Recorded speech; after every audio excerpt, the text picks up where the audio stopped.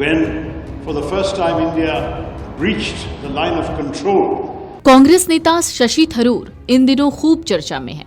जिस तरह से वो विदेश में पाकिस्तान की बैंड बजा रहे हैं, उसकी खूब तारीफ हो रही है, लेकिन कांग्रेस को ये पसंद नहीं आ रहा। कांग्रेस तो यहाँ तक कह चुकी है कि क्या थरूर बीजेपी के स्पोक्स पर्सन बन गए हैं।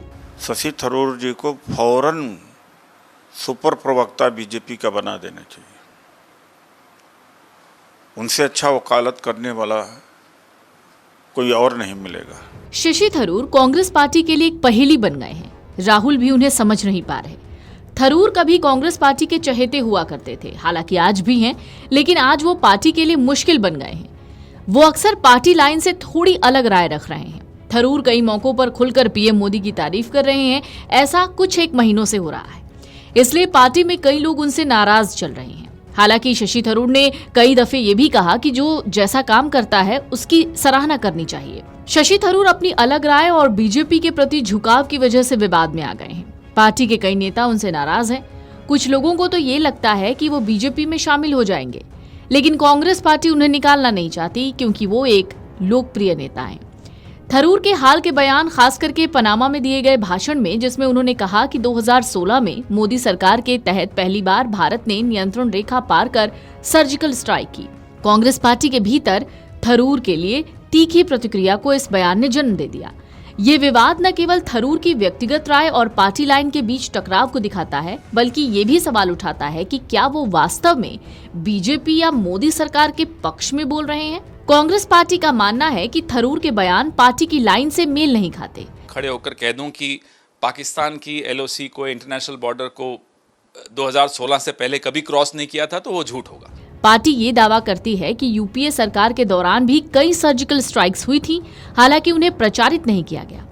थरूर ये कहते हैं कि 2016 में पहली बार एलओसी पार किया गया। पार्टी के दावे को ये बयान कमजोर करता है। कांग्रेस के प्रवक्ता पवन खेड़ा ने पूर्व प्रधानमंत्री मनमोहन सिंह के एक बयान का हवाला दिया, जिसमें कहा कि यूपीए के तहत भी सर्जिकल स्ट्राइक हुई थी, पर वरिष्ठ नेता उदित राज ने थरूर पर तीखा हमला बोलते हुए उन्हें बीजेपी का सुपर प्रवक्ता कह दिया। उदित राज थरूर पर कुछ ज्यादा कड़ा प्रहार करते हैं और थरूर के कृत्य को पार्टी के प्रति बेईमानी कहते हैं। जयराम रमेश जैसे नेताओं ने भी उदित राज के ट्विटर पोस्ट को रीपोस्ट कर थरूर के खिलाफ पार्टी की नाराजगी को और क्लियर कर दिया। जाहिर है थरूर के लिए अब कांग्रेस में दिन बिताना मुश्किल हो सकता है। थरूर अपने बचाव में कहते हैं कि उन्होंने जो कुछ भी कहा एक भारतीय के रूप में कहा, न कि पार्टी प्रवक्ता के रूप में, और अगर सरकार कुछ अच्छा करती है तो सरकार के लिए बोलना चाहिए। उन्होंने ये भी कहा कि वो ट्रोलर्स और आलोचकों के साथ बहस में समय बर्बाद नहीं करना चाहते, क्योंकि उनके पास बेहतर काम है। हालांकि पार्टी के भीतर कुछ नेताओं का मानना है कि थरूर ने लक्ष्मण रेखा पार कर ली है, खासकर ऑपरेशन सिंदूर और मोदी सरकार की आतंकवाद विरोधी नीतियों की तारीफ करके। तो क्या थरूर वाकई में मोदी के सुपर स्पोक्स पर्सन बनेंगे? दरअसल उदित राज का सुपर स्पोक्स पर्सन वाला बयान इस वक्त खूब चर्चा में है। उनका ये बयान है कि थरूर बीजेपी के सुपर प्रवक्ता हैं। एक अतिशयोक्ति भरा तंज है। कांग्रेस के भीतर थरूर की स्थिति और उनकी स्वतंत्र राय रखने की प्रवृत्ति कोई आजकल की बात नहीं है। थरूर बहुत पहले से मुद्दों के आधार पर कई बार मोदी सरकार की तारीफ कर चुके हैं। I think calling Mr. Modi a better negotiator than himself is astonishing, because Mr. Trump takes pride in being this sort of art of the deal is his strength, and his admirers, including yesterday the Defense Secretary of the US, had said that Mr. Trump is the greatest negotiator in the world, and here Mr. Trump says Mr. Modi is better than him. So I think we are looking at a very high degree of praise. But what has changed in recent years is that the terrorists have also realized they will have a price to pay. On that, let there be no doubt. When, for the first time, India breached the line of control between India and Pakistan to conduct a surgical strike on a terror base, a launch pad, the Uri strike, India replied immediately that we would not let this go unanswered. I don't work for the government, as you know. I work for an opposition party. A party with a positive narrative and not just criticism. Tharoor ने कांग्रेस अध्यक्ष के चुनाव में वर्तमान अध्यक्ष मल्लिकार्जुन खड़गे के खिलाफ चुनाव लड़ने का साहस भी दिखाया।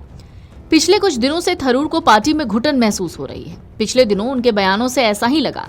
हालांकि थरूर बार बार पार्टी छोड़ने और बीजेपी में जाने की बातों से इनकार करते रहे हैं, पर अब ऐसी स्थिति बन रही है कि थरूर के लिए पार्टी से बाहर जाने के अलावा लगता है कि कोई रास्ता नहीं बचा है। थरूर दूसरे नेताओं से अलग हैं, उनका व्यवहार, बोलने का तरीका सब अलग। कुछ लोगों को लगता है कि वो बहुत वेस्टर्न हैं। उनका निजी जीवन भी कुछ लोगों को पसंद नहीं, लेकिन कुछ लोगों को वो कूल लगते हैं क्योंकि वो दूसरे नेताओं की तरह नहीं है। कुछ कार्यकर्ताओं को ये पसंद नहीं कि उन्हें पार्टी में इतनी जल्दी आगे बढ़ाया गया। एक कांग्रेसी नेता कहते हैं कि थरूर हमेशा और ज्यादा मांगते रहते हैं, वो पार्टी लाइन का उल्लंघन करते रहते हैं, लेकिन पार्टी उन्हें कुछ नहीं कहती। थरूर 69 साल के हैं, वो अभी भी विवादों में रहते हैं। वो पार्टी में सुधार चाहते हैं पार्टी में फैसले लेने का तरीका लोकतांत्रिक हो। उन्होंने पार्टी के अध्यक्ष पद के लिए भी चुनाव लड़ा, लेकिन वो जीत नहीं पाए।